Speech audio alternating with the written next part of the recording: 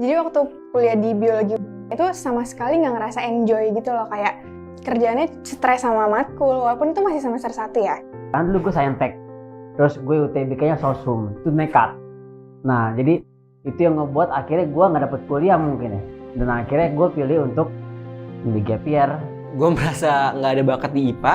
Kalau misalnya di IPA kan jelas-jelas kalau misalnya nilai lo 3 atau 5, itu kan jadi indikasi kenapa lo gak suka pelajarannya gitu, lo gak nyaman sama pelajaran itu, makanya nggak ada ilmu yang masuk di kepala lo gitu. Akhirnya pertimbangan dari nyokap bokap gue juga, terus sama dari teman-teman gue, akhirnya gue memutuskan untuk linjur ke IPS. Aku sempat dikatain sama orang gitu kan ya, kok lu banget sih gitu, misalnya pelajaran kayak gini kok nggak bisa sih gitu kan ya.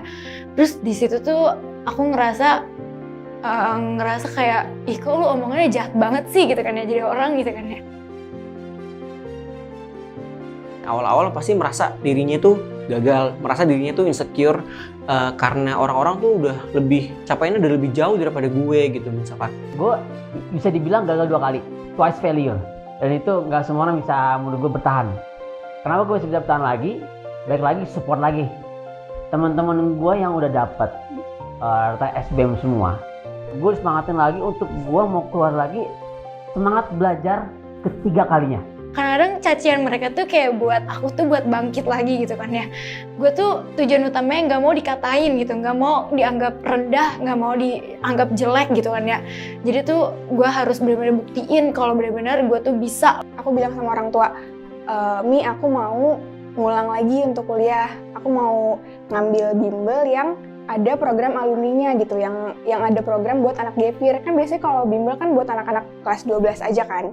Waktu itu program alumni sebenarnya gue baru denger NF, dan yang masuk ke budget orang tua gue itu NF doang gitu.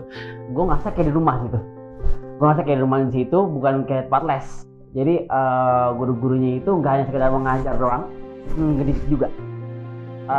Di situ yang gue ngerasa mereka tuh selalu ngarahin gue kepada apa yang gue mau.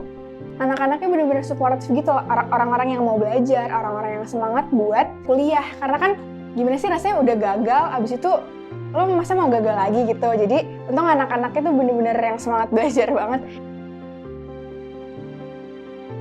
Pesan gue buat orang-orang yang mungkin nantinya nggak dapet laman merah di pengumuman SBMPTN, sabar aja.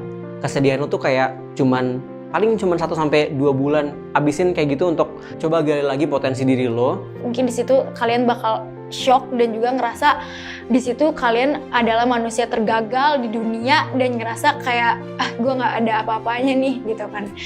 Tapi di situ juga kalian tuh harus benar-benar bangkit buat belajar lagi, buat terus ngerasa bahwa diri kalian itu berharga loh gitu. Kalian harus tahu 3 hal.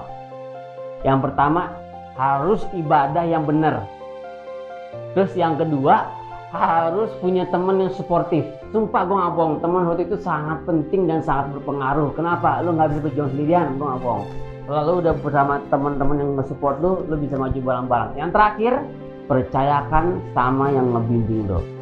Jangan sok-sokan, jangan maunya milih-milihmu yang gimana-gimana. Percayakan, insya Allah lu dapat apa yang lu inginkan. Buat teman-teman yang hari ini mungkin gagal di SBMPTN, lo masih punya 2 kali kesempatan lagi, tahun depan dan tahun depannya lagi.